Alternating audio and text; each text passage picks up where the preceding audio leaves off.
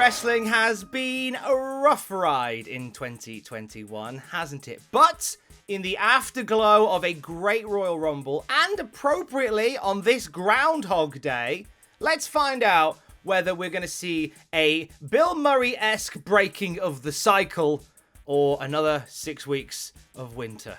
This is Raw Graded.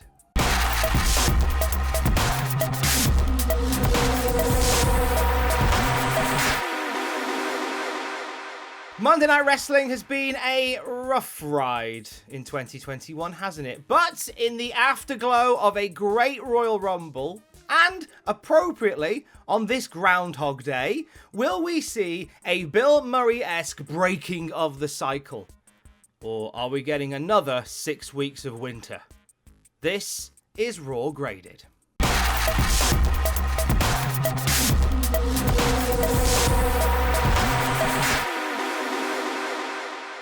Monday Night Wrestling has been... I'm not doing it again, I promise. Iron Drew starts the show. Drew McIntyre out, congratulating everybody who took part in the Royal Rumble and the winners of the matches. Shows lots of love and respect to Bill Goldberg, and he turns his attention to the winner of the Men's Royal Rumble. But before he can talk about Edge, the man himself is out there. The Rated R superstar gets into the ring, squares up to Drew McIntyre. Drew says that Edge was a mentor to him when he was here first time round, and congratulates him on his amazing accomplishment going to the wire, going bell to bell, one to the end in the Royal Rumble match. Edge responds to these lovely words with, "What's wrong with you? I'm a threat to your championship now. When I got in the ring, you should have kicked my head off, not showered me with compliments." Sheamus comes out at this point, saying that Drew McIntyre, his best friend, has been carrying the company for the last year, whilst Edge has been sat on his arse with injuries to recover from. Sheamus gets into the ring and says, "Drew may take the high road, but I won't." Drew talks Sheamus down, cools everybody down, and Edge says he hasn't decided which championship he's fighting for yet, but he is leaving WrestleMania as a champion, and he takes his leave. Drew and Edge stare each other down across the ramp, and just as Drew turns around in the ring, boff! He gets a bloody Brogue kick to the Eid. Sheamus has kicked his bestest friend in the world. Who saw that coming? I didn't see it coming on this particular night. I think we've all known this has been a little something on the bubble for a while. Didn't think they pulled the trigger in this moment. Giving the opening a B, I thought there was some great energy here. A couple of forced lines of dialogue from all parties, but I liked the dynamic. I like that we now have a heel Sheamus. I think that was something that they've been working on for the past month or so, even longer. So they've told that story really well. And you know what? They did it when I wasn't expecting it. I wasn't expecting Sheamus to kick Drew in the head at that point. We did it. Off we go. And I like Edge's new shtick as well. There's a subtle twist to Edge from here on in where it's that idea of you need to treat me as a threat because I'm coming at you and I'm beating your championship. It's almost a weird desperation thing from Edge to be taken seriously. And because Drew is just like a very nice, polite, complimentary champion, Edge is almost offended by that. So that's a cool little touch, and I like it. Give the whole thing a B. Backstage, Sheamus says friendship ended with Drew McIntyre. He says he wants the WWE Championship now. Drew Gulak has Sheamus' luggage randomly. So he says, give him a luggage, and Sheamus heads off. So maybe he's just got a new Drew. Maybe that's the new Drew for Sheamus. That's probably where we're going. More on this later on. We'll hear again from Drew McIntyre later in the evening. Our first in-ring competition of the night is for the US Championship. It's Riddle challenging Bobby Lashley. Riddle jumps Lashley just at the start of the match, but Lashley overpowers Riddle. Riddle gets a little bit in here. He does like a Rana to the outside of the ring onto Lashley, hits a dive out there as well. Just as he's getting back into the ring, Riddle gets caught in the hurt lock by Lashley, who's back inside the ring at this point. The referee tells Lashley to break the hold because you can't have a hold in that position. Lashley refuses to break the hold, gets disqualified. End of the match. Lashley then puts the hurt lock on Riddle outside the ring and then dumps him over the barricade. MVP trying to talk Lashley down through all of this. And that's that. That was a D. Some good moves in this bit. but it was a nothing match. We had a nice build to this title match, and it's just a bit of a nothing. I guess we're ramping up the tension here for a title match that may even take place in a fight pit. I don't know. But this was a bit pointless. So I'm giving it a D, because whilst it was a short and a bit nothing, there was some nice moves in here that bumped the grade up slightly. Medical personnel are checking on Riddle whilst Bad Bunny arrives in the Thunderdome in his shiny car. He's on Miz TV later on. More on that in a bit. Cut backstage to Randy Orton looking straight down the camera, congratulating Edge on winning the Royal Rumble. But in doing so, Edge has made Randy Orton a liar, because Randy Orton said he was going to retire Edge, send him back to be a husband and a father. But he's back, so he has to finish it off tonight. That main event is going to be Edge and Randy Orton this evening. And Randy Orton is promising there's going to be no fairy tale ending. There's going to be no WrestleMania main event for Edge. So that's our top match later. Xavier Woods in action against Mustafa Ali next. Kofi Kingston is back in Woods' corner for this one, continuing the story they've been telling for several weeks now between the New Day and Retribution. With Kofi back in the corner, Woods has all the confidence going into this match, and he actually gets some good shots in early, but a distraction from Retribution turns the tide in the favour of Ali. Woods pushes back, hits a lovely tilt-a-whirl leg sweep and a discus clothesline in there as well. Retribution try and get involved. This is where Kofi jumps off the steps and dives onto him. And as all this is going on outside the ring, Ali tries to do a schoolboy roll-up on Woods. Woods reverses it into a cradle, gets the 3. Woods has pinned Ali in fairly short order, and he and Kofi head to the back, smiling and doing all that jazz as well. C+ for this. Not terrible, not amazing. Bit through the motions. We continue the storyline. Very much a TV match. I kind of thought we would see more in the way of confrontation between Kofi and Ali, since Ali has been talking and slagging off Kofi when they were sort of in the same ringside area. There wasn't much in the way of tension between those two parties, but I guess that's to come. Miz TV up next, and Miz and Morrison welcome their guest, Bad Bunny. Here comes Bad Bunny to the ring, and they apologise for the way they got off on the wrong foot at the Royal Rumble. We also see footage of Bad Bunny doing the dive onto Miz and Morrison during the match, and Damian Priest eliminated them from the match as well. So Miz and Morrison apologise. They ask if Bad Bunny wants to apologise, and he says no, nothing to apologise for. So Miz and Morrison try and strike a deal with Bad Bunny. Bad Bunny says he wants to become a wrestler. Miz and Morrison want to become musicians. So if Bad Bunny will help them get a record deal, they'll help Bad Bunny become a wrestler. So Grammys for Slammies, which is the word that Miz used, which I really liked. But Bad Bunny not having any of this. He says the only reason he is on Miz TV in the first place is because a good friend of his wanted to come on the show. Enter newest member of the Raw locker room, now officially on the main roster, Damian Priest. Priest heads to the ring, whacks Miz in the face, and when we come back from break, it is Priest versus Miz one-on-one. So we get Miz and Damian Priest one-on-one. Priest starting hot, landing a beauty of a dive onto Miz and Morrison, but Miz gets a thumb in the eye on Priest to turn the tide. Miz is taunting Bad Bunny, which allows Damian Priest some time to recover and get well and truly on a roll once again. Morrison runs distraction here. Miz goes for the briefcase to use as a weapon, and Bad Bunny snatches the briefcase away from the Miz. Morrison is now asking for the briefcase from Bad Bunny. Bad Bunny goes to hand it over, to which Morrison's saying, gracias, amigo, and all this. And Bad Bunny, whoa, whacks Morrison with the microphone. As this is happening, Priest hits the reckoning on the Miz for the 1-2-3. Damian Priest pinning the Miz in his official Raw debut. Giving it a B-. Good way to introduce Damian Priest via Miz TV and Bad Bunny. Gives him a bit of gravitas.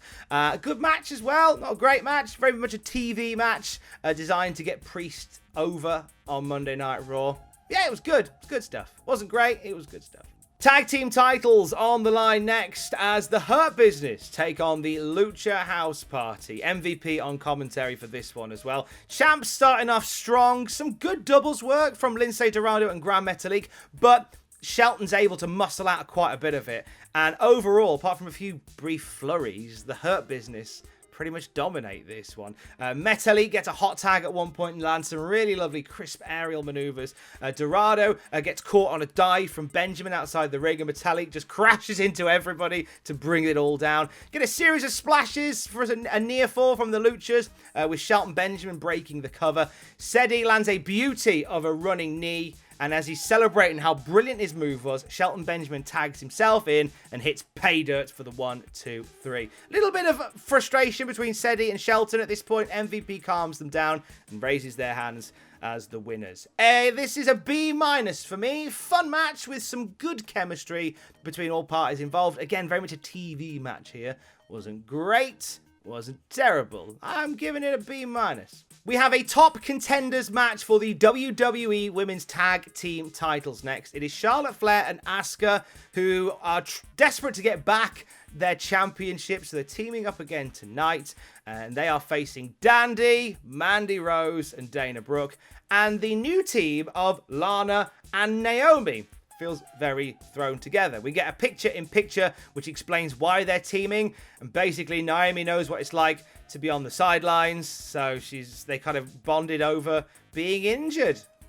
So that'll do, I guess. Gives them what a weird team. What a weird team. Naomi could do loads more. I'm just saying.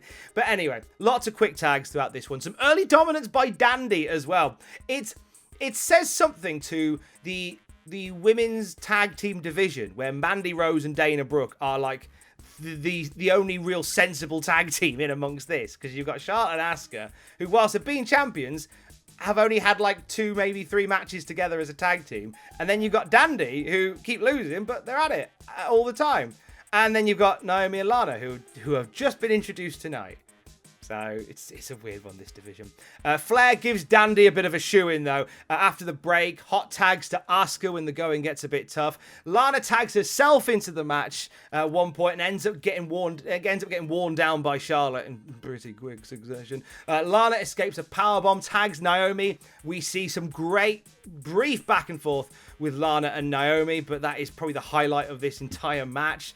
End comes with everybody hitting their finishers until Charlotte hits the natural selection. Ric Flair's music hits. Here comes Nate and Lacey Evans just to dance around on the top of the ramp.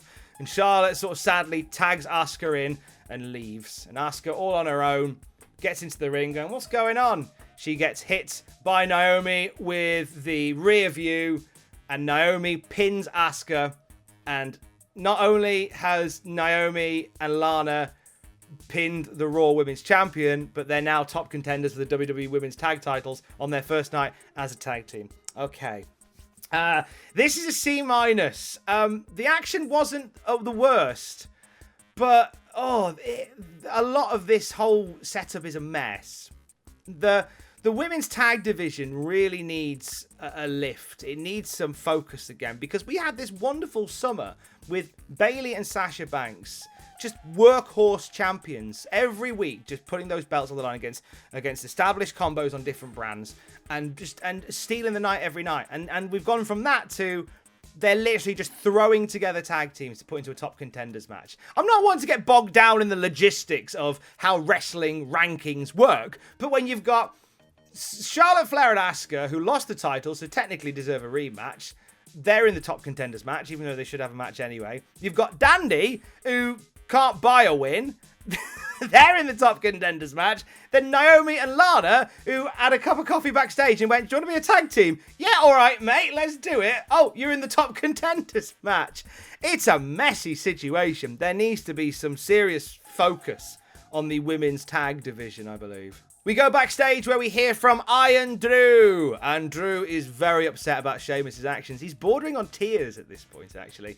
And he says if he wants to throw away 20 plus years of friendship for a WWE title match, you've got it. And Drew walks away. Short and powerful promo from Drew. I'm curious as to whether we will get this as a pay-per-view match or something on TV. Thinking on this, I like the idea that Drew has been called out as being this sort of softy, over-complimentary champion without that edge. And now he's at a point where his best friend has turned his back on him, and his former best friend is going to try and pull that animosity out of him, make him the Scottish psychopath again. Kind of whether or not this ends up being something of like quite like emotionally, spiritually driven, in the sense that Sheamus attacked Drew because he needs Drew to be more focused and more angry as a champion. So by Sheamus saying, look, you've got to fight me, I'm going to beat you up. And maybe that is what gives Drew that edge going into the match against Edge, funnily enough. Maybe. I'm just spitballing here. Elias and Jaxson Ryker teaming up to face Jeff Hardy and Carlito, who made a return at the Royal Rumble 24 hours prior. Hardy and Carlito have a really good start here. Elias and Ryker eventually wear down Jeff. Hardy dodges a falling headbutt, leads to Carlito getting a hot tag, and Carlito having a hot spurt in this match, which ends up resulting in a backstabber, followed by a swanton bomb for the 1, 2, 3. So it's a short, very basic match, one that doesn't get beyond a C+ for me. It's a C+, by the way.